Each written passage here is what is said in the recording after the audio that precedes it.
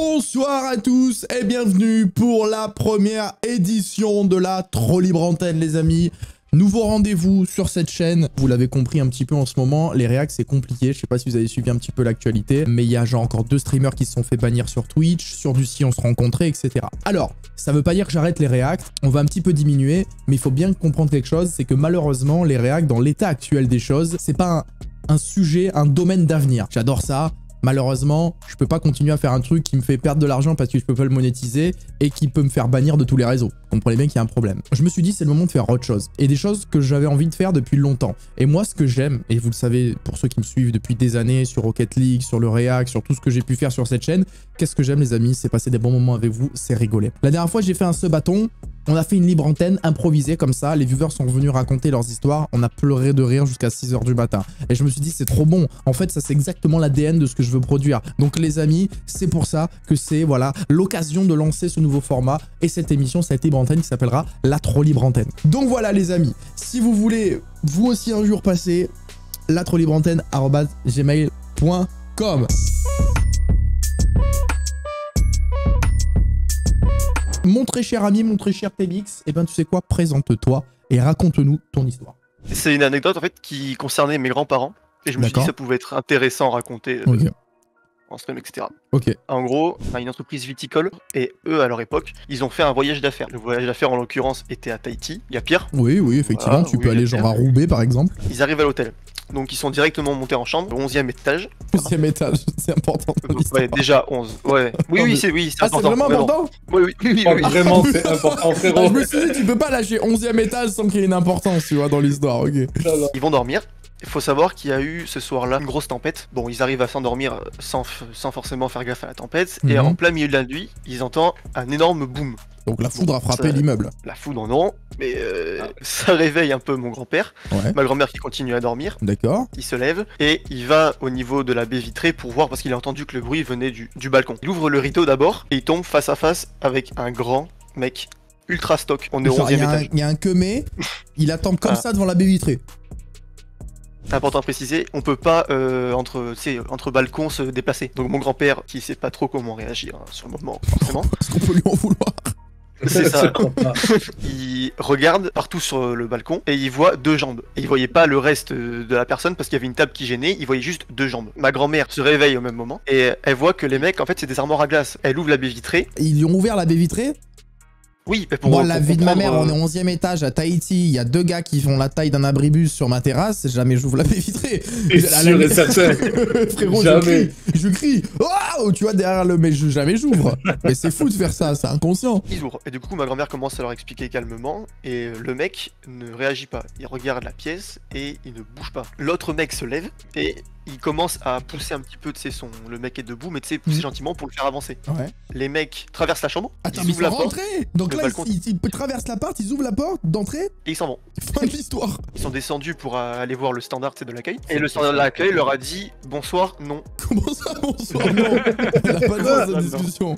Quoi, non? Ils leur ont dit non, c'est pas possible. Ah oui, genre c'est aussi qu'il y avait 2 gars au 11e étage qui ont traversé votre appartement. Finalement, est-ce que tout le monde n'aurait pas répondu ça? Ben voilà, je pense qu'ils ont un peu fait le déni. Mais est-ce que tu sais que tes grands-parents, ils avaient pas fumé le calumet de la paix aussi, quand même?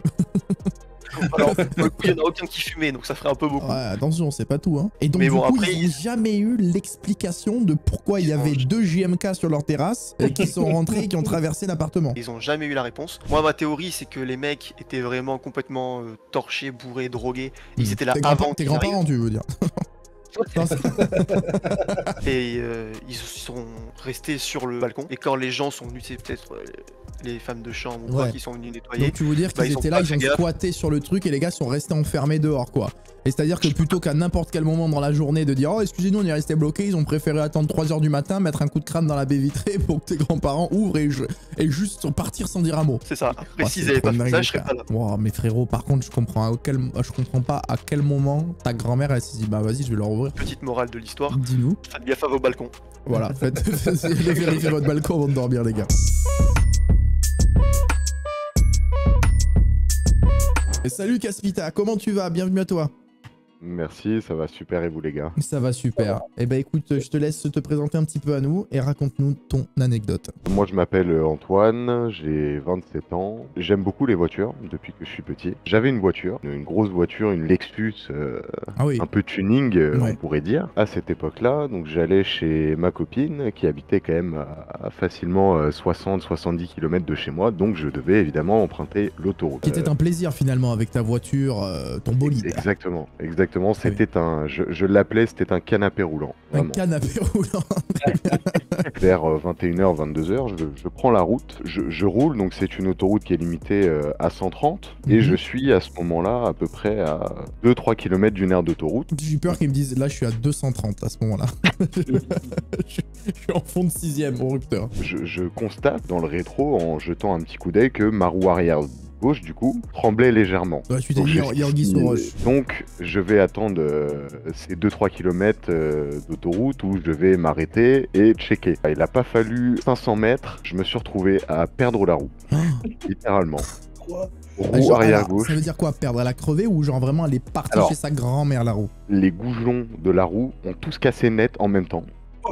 Et j'ai eu énormément de chance parce que j'ai réussi à freiner et à me mettre sur la bande d'arrêt d'urgence. Ouais. Le pneu s'est calé dans l'aile et a fait que la roue en fait est sortie de moitié mais pas totalement. Ah ouais, donc C'est-à-dire ça que t'a la voiture permis de tenait, rattraper un peu le truc quoi. si ça allait plus loin que ça, je pense que la roue elle aurait fait 3 bonds et j'aurais fini dans les faits divers avec un crash de 17 voitures. J'aurais fait un flip reset sur la bande d'arrêt Ouais. d'urgence mon Et- frérot. exactement. Bah, là j'ai wave dash Ah sur ouais. l'autoroute clairement.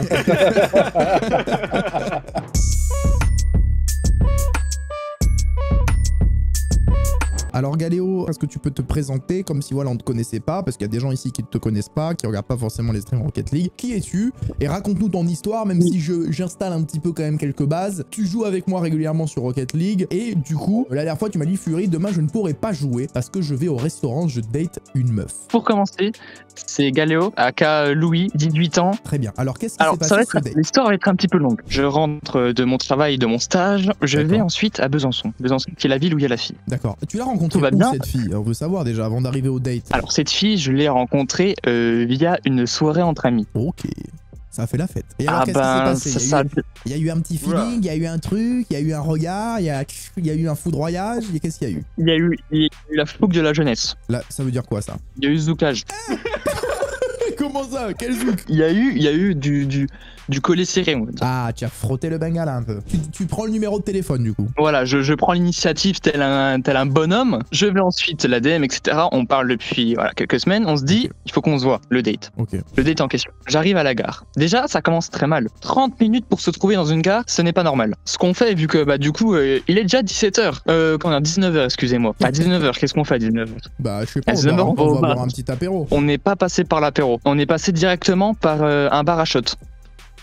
Ah oui. Après, qu'est-ce qu'on fait après l'alcool? On a forcément super faim. On va Bah, manger oui. un truc et on mange des nuggets. Je pense que c'était des nuggets. Attends, excuse-moi, mais c'est le seul date que j'ai entendu qui commence, tu te mets rap ta stand-up, frérot. Tu vois que cette histoire n'a aucun sens pour le moment. En Oui, fait, alors et là, du coup, oui, on avait prévu d'aller finalement après. Je sais pas pourquoi. On avait prévu d'aller ensuite en boîte. Mais c'est quoi ce date de fou Sauf que- furieux? Je sais pas, c'est pas moi qui ai proposé. Moi, j'aime pas les boîtes en plus, mais c'est terrible. Mais bref, devant la boîte, qu'est-ce qui se passe? Je suis déchiré, il faut être honnête. Je suis déchiré. Elle est déchirée, et finalement, globalement, le visage nous fait comprendre que ça sera pas possible. Ouais, bah oui, deux personnes bourrées qui arrivent devant une boîte de nuit, ça marche pas souvent. Non, mais on Ok. repart. Mais qu'est-ce qu'on fait quand on repart? On a la bonne idée. En fait, on se Mais remet t'es à encore un bar. bourré de ce date, non?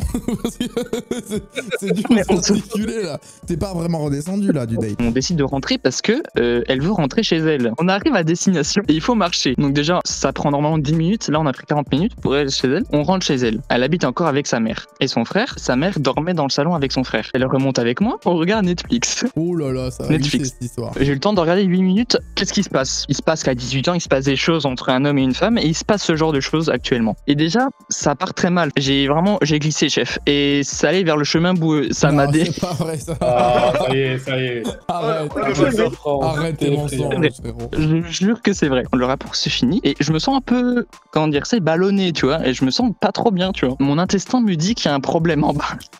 que j'ai envie de vomir. Donc je descends et littéralement, je sens la catastrophe arriver. Et il y avait ces chiottes et à côté de ces chiottes, en fait, sa mère, elle dormait sur le canapé. Et en fait, comme un con, chez moi, il faut ouvrir les portes de mon côté. Et là, il fallait pousser. Du coup, comme un con, je pensais que c'était fermé alors que pas du tout. Mais qu'est-ce qui se passe du coup? Le vomi est remonté. Donc j'en ai littéralement plein la bouche et je mets vraiment les 2 mains devant ma bouche. Pour pas que ça sorte, tu vois. Et sauf qu'à un moment, bah, je suis désolé, c'est sorti, mais c'est pas parce qu'en fait, j'avais vomi ensuite dans les chiens. Mes doigts, du coup, on s'est affiché. Je comprends plus ce que tu racontes, quoi. J'ai rien compris. Il a vomi, mais comme ses doigts étaient serrés, ça a fait pression. Ça a fait un geyser, genre. Moi, en fait, je me rends pas trop compte. Je me dis, bon, bah, ça va, c'est pas trop grave. Et du coup, la meuf, elle descend, elle a entendu. Elle allume la lumière. Et la cuisine n'est plus une cuisine. Non, t'avais bégère partout, frère, genre ça recouvrait tout. Ouais, vraiment, c'était vraiment terrible. Je prends du sopalin, je nettoie. Galéo en mode Gollum au milieu de son vomir. Comme ça, en train d'essuyer, frérot, à 2h du bar. Mais c'est qui t'a découvert? C'était ta meuf? Ou la mère? C'est ma meuf. Non, c'est ma meuf parce que ma mère, alors. Juste à côté, elle a ronflé comme jamais, genre. Ça m'a super méga surpris. Mais vraiment, c'était terrible. Bon, vas-y, on nettoie le vomi, forcément, ça l'a refroidi. Hein. Je vais pas expliquer pourquoi. Qu'est-ce qui se passe après? Je ne sais pas comment. On remonte, on arrive à se réchauffer et on refait. T'es brossé les chicots? Attends. La meuf, tu l'as en l'écu sans faire exprès. Tu descends dans sa cuisine, frérot, tu bégères partout. Et la meuf, elle te dit putain, Galéo, j'ai trop envie de toi, foudroie-moi maintenant. Non, je précise, mais je précise qu'entre temps. Tu étais en coma pendant 2 semaines et tu t'es réveillé aujourd'hui pour nous raconter l'anecdote. Personne ne fait ça. Il se passe ça et fin de soirée, blackout. Et on va redormir. Donc le lendemain matin, je me réveille, je vois sa daronne et son frère. Et comment dire, dans un regard, j'ai compris que je pense qu'ils m'ont fortement entendu, quand même. J'ai toujours mal au ventre. Qu'est-ce qui se passe? Bah, je vais aux toilettes. Attends, t'es toujours dans leur appartement? Oui, toujours. Je suis reparti le lendemain. Mais qui 20 ans, évidemment, frérot. T'as sauté leur fille. T'as bégère dans la cuisine, il y a un moment, il faut partir, frérot. C'est trop d'abuser de la gentillesse des gens comme ça. Va-t'en, toi, t'as pas des parents, enculé. Du coup, j'ai lâché quelque chose dans les chiottes de bombe atomique. Et après, forcément, je suis parti. Et donc, pour moi, je me suis dit, mais c'est fini. Et finalement, tout se passe très bien jusqu'à aujourd'hui. Je lui parle encore et nous sommes en très bonne voie pour peut-être officialiser quelque chose. Donc, t'es arrivé chez elle, tu t'es trompé de trou, t'as bégère dans sa cuisine, t'as lâché un bronze dans ses chiottes de la taille d'un anaconda et genre la meuf elle t'a dit vas-y on se redate. Après les gens ont dit finalement c'est peut-être la femme de ta vie parce que malgré tout ça elle t'accepte. Très content que t'aies raté une session Rocket League avec moi pour ça. Hein. Ça valait le coup. Hein. Ça valait le coup.